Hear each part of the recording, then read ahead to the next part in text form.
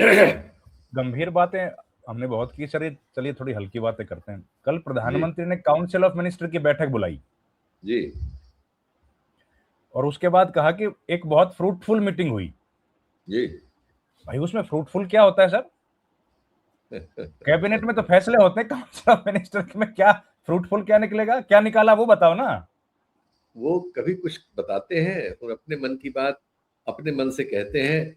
आपके मन की बात सुनने के लिए उन्होंने कोई मंच छोड़ा नहीं है, किसी सवाल को लेते नहीं है, न भारत में न बाहर। और सवाल करने वालों को निशाने पर लेते हैं। तो उसके लिए उन्होंने संगठन बना रखा है, मशीन बना रखी है, साधन है उनके पास, सारे संसाधन अपने हाथ में कर लिए हैं, दूसरों के संसाधन छीन लिए हैं। ये परिस्थिति है, लेकिन उसका विलोम सामने आ रहा है। हालत तो बिल्कुल, 5 देशों की यात्रा करके आए, देश के लिए क्या लेके आए वहां से ये तो कोई जानकारी दे नहीं रहे। पहले तो चलिए मनमोहन सिंह तो पैसे लुटाते थे, देश के बर्बाद करते थे, तो पत्रकारों हाँ को साथ लेके जाते थे और आते थे तो एक ऑन बोर्ड प्रेस कॉन्फ्रेंस होती थी। अब तो वो जमाना भी चला गया। जी। अब तो साहब कुछ बताते नहीं है, एक प्रेस रिलीज आता है आधा अधूरा, जिसमें कुछ समझ नहीं आता किसी को क्या हुआ क्या नहीं हुआ। एक प्रधानमंत्री की आखिरी प्रेस कॉन्फ्रेंस मनमोहन सिंह जी के ही जमाने में हुई थी, और उन्होंने 200 से ज्यादा बार की थी, जिन्हें मौन मोहन का खिताब इन्हीं लोगों ने दिया था। इनको क्या खिताब देंगे आप, जो किसी प्रेस के सवाल का सामना करने से अपने को बचाते हैं, अपने इंस्टीट्यूशंस को बचाते हैं, और एक तरफा अपने मन की बात लोगों पर थोप रहे हैं। और मनमोहन सिंह जी ने तो जो प्रेस कॉन्फ्रेंस की थी सर, आप तो पंकज पचौरी जी को बहुत अच्छे से जानते हैं, इंटरव्यू भी करते रहते हैं। उन्होंने सिलेक्शन नहीं किया था किस पत्रकार को बुलाना है किसको नहीं बुलाना। नहीं नहीं नहीं। उन्होंने तो अरे टेलीविजन या न्यूज़पेपर जो एजेंसीज है उनको बुलाया था, जो जिसको भेजना भेजो, ओपन क्वेश्चंस हैं। बिल्कुल, उन्होंने हमेशा ओपन क्वेश्चंस लिए और एक सभ्य आदमी की तरह, एक स्टेट्समैन की तरह चीजों के जवाब दिए। असहमति अपनी जगह है, लोग असहमत थे, रहे, ये जो लोकतंत्र का गुण है। असहमति लोकतंत्र का गहना है। असहमति होना चाहिए। लोकतंत्र तभी जीवंत रह सकता है जब उसमें असहमति हो। लेकिन हमारे दौर में ये कोशिश की जा रही है कि आप सहमत हो न हो, आपको जबरदस्ती सहमत पत्र पे आपसे हस्ताक्षर करा लेंगे। आप नहीं करेंगे तो आपसे हम फ्रॉड करके उसको बता देंगे कि आपने हस्ताक्षर कर दिया, और कुछ होगा तो आपका नाम ही काट देंगे हस्ताक्षरकर्ताओं में से।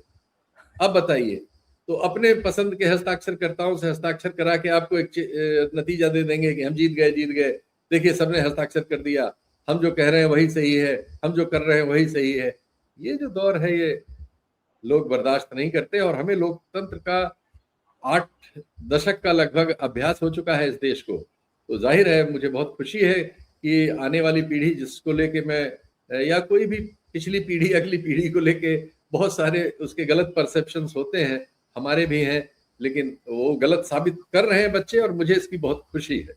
मैं चाहता हूं कि मुझे और मेरे जैसों को वो बार बार गलत साबित करें, लेकिन सवाल करें और सवालों को बड़ा करें और उत्तरदायी बनाए व्यवस्था। हाँ बिल्कुल ठीक बात है सर। तो सर ये महंगाई वाला संकट भी बढ़ता जा रहा है, लगातार खबरें आ रही हैं, लेकिन सरकार फिर वहां भी चुप है। ये कल की बैठक हुई थी, हमको लग रहा था कुछ बताएंगे बोलेंगे उसके ऊपर, लेकिन वो फ्रूटफुल ही होके रह गई। अब अभी तक तो सब चीज इनका स्वांतः सुखाए ही चल रहा है, तो फ्रूटफुली ही होगी। उनके प्रेस नोट में तो हर चीज फ्रूटफुल ही होगी।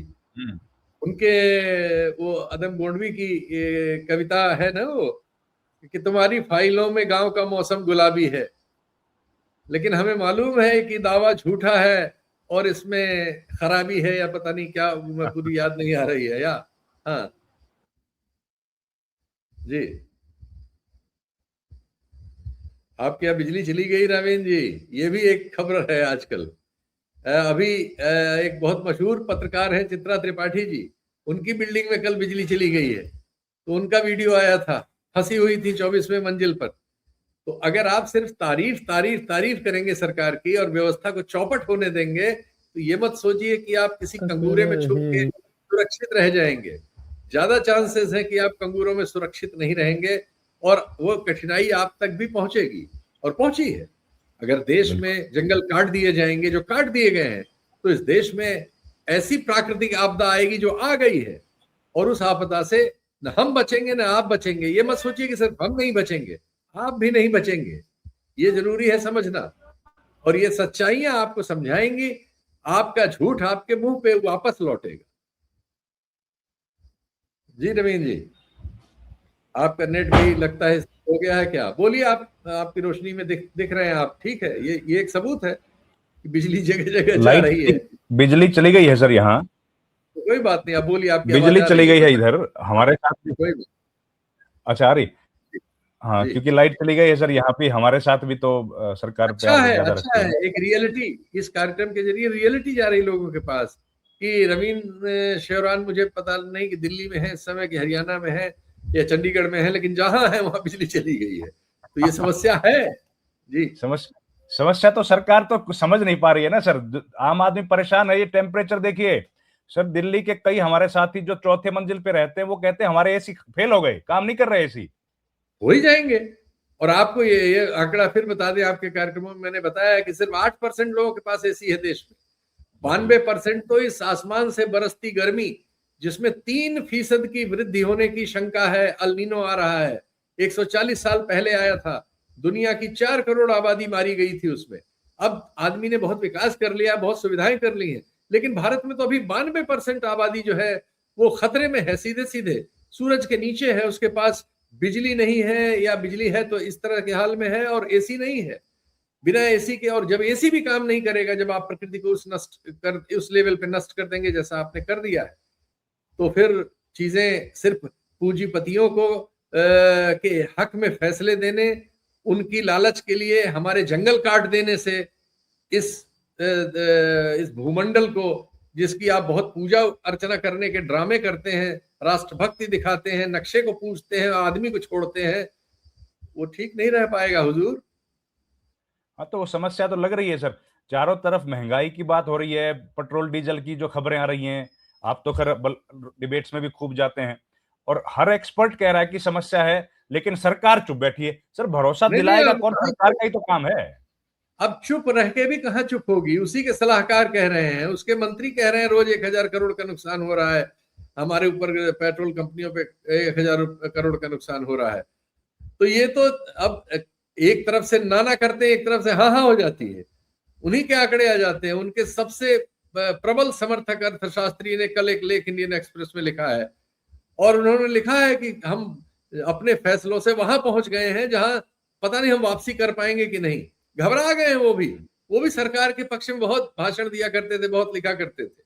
आज वो खुद पा रहे हैं कि उनके आकलन गलत साबित हो रहे हैं, और ये सरकार जो है, जिस तरह के इसने फैसले किए हैं, उससे लोग बहुत कठिनाइयों में पहुंच गए हैं। अर्थव्यवस्था लेकिन बहुत सर ही ज्यादा कठिनाइयों में पहुंच गई है। ये लोग बच नहीं पाएंगे सर इस इसका इनको।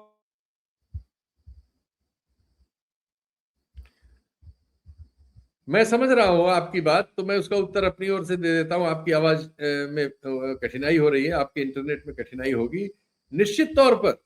इस तरह के जितने तर्कशास्त्री हैं, ये सब औंधे मुंह गिरेंगे, और ये सब जो है हमारे सामने गलत साबित होंगे, और इनकी उस गलती को हम देखेंगे, रोज रोज घटते हुए देखेंगे, और इनके गलत साबित होने पर कष्ट तो हमको ही होगा, आम जनता को होगा, साधारण लोगों को होगा, मजदूरों को होगा, किसानों को होगा, उनके बच्चों को होगा जो सीमा पर है, और जो देश में अर्धसैनिक बल बने हुए हैं, जो हमारे देश में आंतरिक सुरक्षा करते हैं, सबको कष्ट होगा।